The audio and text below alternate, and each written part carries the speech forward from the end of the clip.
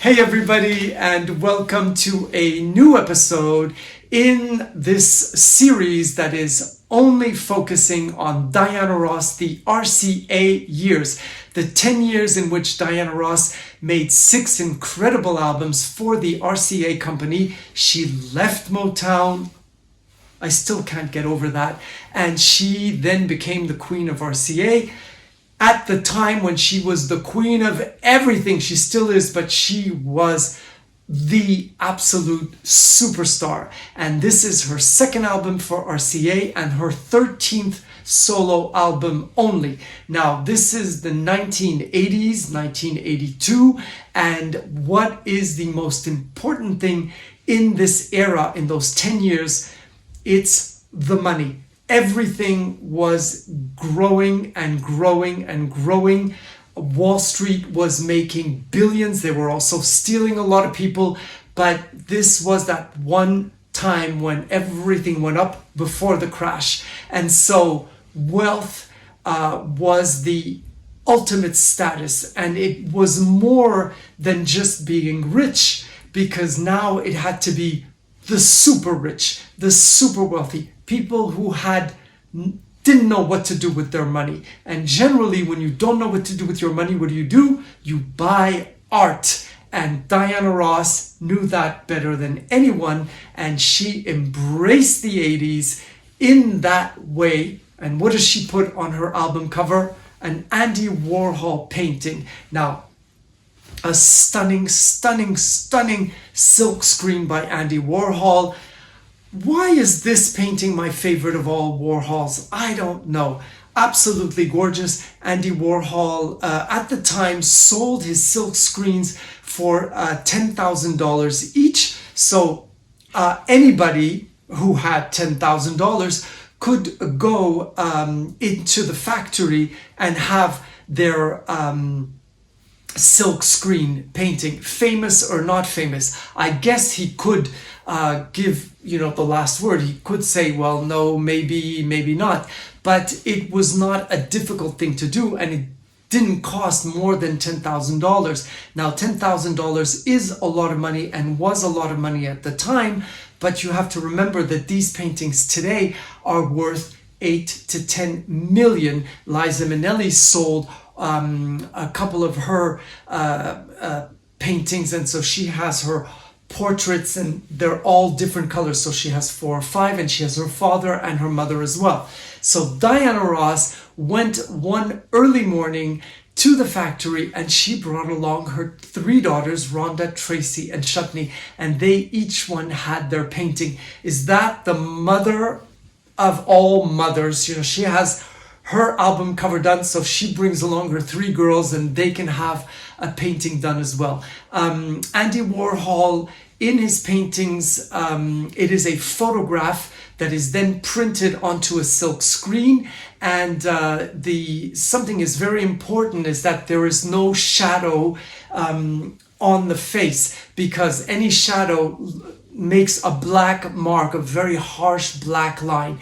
And that is why if you see the Polaroids of Diana Ross posing for those Polaroids, she has a very, very clear foundation, what Lena Horton called light Egyptian, much clearer than the makeup she usually wears. And actually, at that time, Diana Ross didn't wear a lot of foundation. She had her makeup and she had foundation when she was on stage, but with that beautiful skin she didn't put any. But here she's wearing a very, very clear foundation, and it's just so that there are no shadows and no harsh lines, because on the silk screen everything that is not clear is a black line. So sometimes it could look like a wrinkle or something, although she was young and she didn't have any.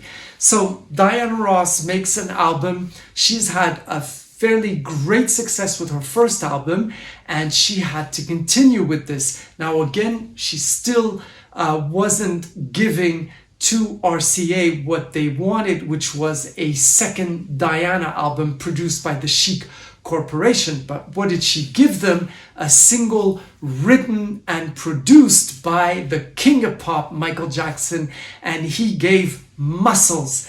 And she says she wants a guy.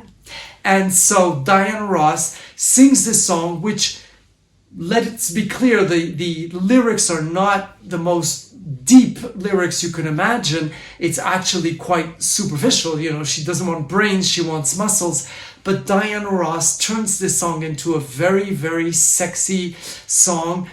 And like you know, I very often compare some of her songs to Love Hangover, which was the first one, and which is this very sexy, sultry song, which the style was really invented by Diana Ross. It's different than other sexy songs, and this is another version, and it's very beautiful, except that the orchestration and the music is Michael Jackson all the way, and it's just absolutely phenomenal. You have these violins, and I mean, we know the genius that Michael Jackson is. And so it was the first single to come out, and it was also a hit. The album is called Silk Electric, by the way. None of the titles of the songs, it's simply because the painting was a silk screen, and Diana Ross thought that the energy that it gave and all the colors were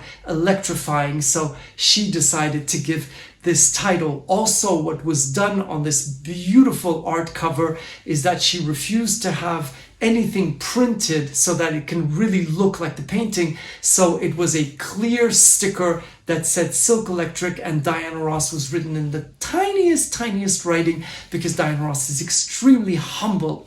The second song of the album, co-written by Diana Ross, So Close, very 1950s. Diana Ross loves these songs, so do I, and very reminiscent of not the Supremes, but the 10 years before the Supremes arrived. So probably reminiscent of what Diana Ross listened to as a teenager before becoming a superstar, before becoming a Supreme. And she sings this song with background vocals by Luther Vandross, but very audible background vocals. Luther Vandross, amazing vocal artist, amazing singer.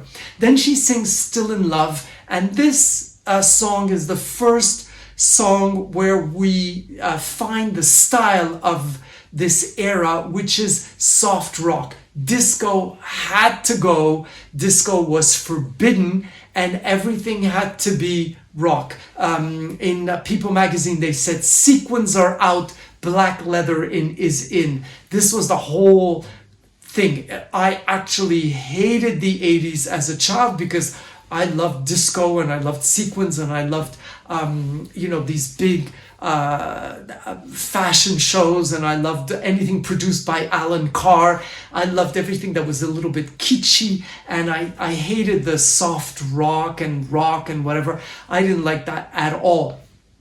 After that, she sings Fool for Your Love, which is co-written by Diana Ross, and this is going into hard rock mode. Now Diana Ross has the vocal potential to sing that. I've said it many times. She has a very, very powerful voice. She can go up very, very high. Unfortunately, you don't really quite grasp the lyrics. It's just very, very produced, and so it's a little bit loud, but it's something to listen to because it's the rare type of music that Diana Ross sings.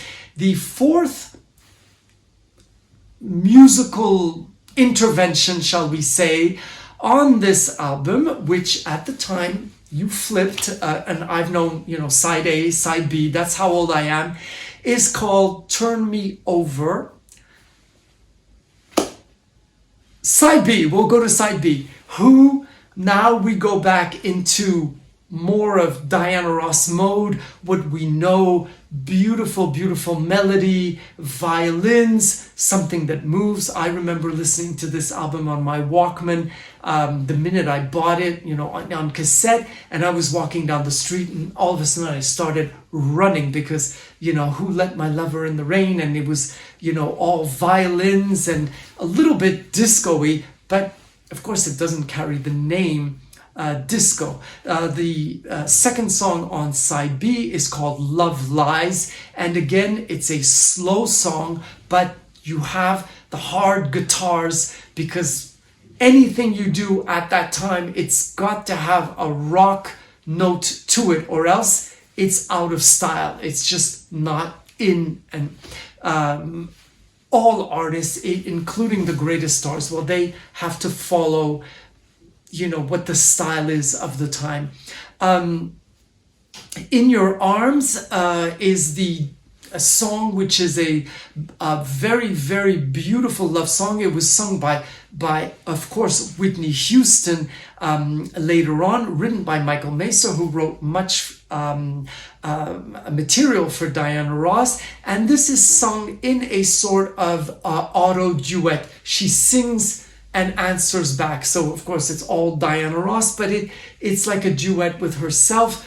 If anybody is familiar with the work of Barbra Streisand, she did that in her album Barbara Jones Streisand with One Less Bell to Answer.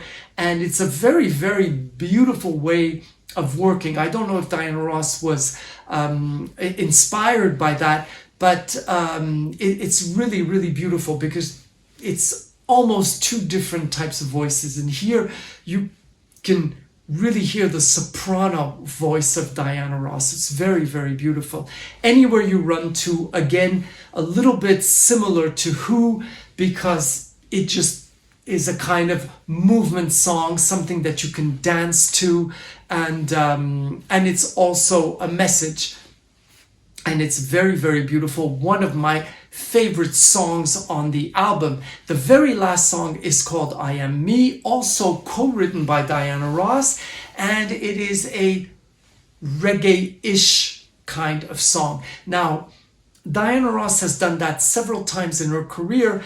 She makes an album where there's a song in each different style, and you do have the reggae, the dance, the love song, the hard rock song, and the experimental song. So you really feel this in this album. I Am Me, of course, is very, she talks about herself. It's autobiographical, and it really ends this album very, very well.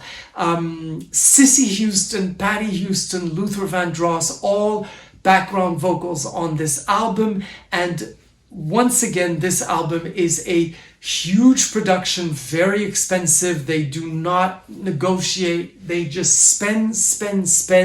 And so the album resembles the time it opened. The vinyl opened in two, and you had all different interpretations of the Silk Electric painting, of the Diana Ross painting. The inside sleeve was the back of the painting, which I thought was really beautiful, with the Andy Warhol signature. It's a real lavish production, a real 1980s production, produced by Diana Ross for Diana Ross Productions. Everything is pink. So am I. So this was Diana Ross' second album for RCA, and it's really worth listening to, and it is a time capsule for the 1980s. I'll see you next week for another Diana Ross RCA album. Bye bye.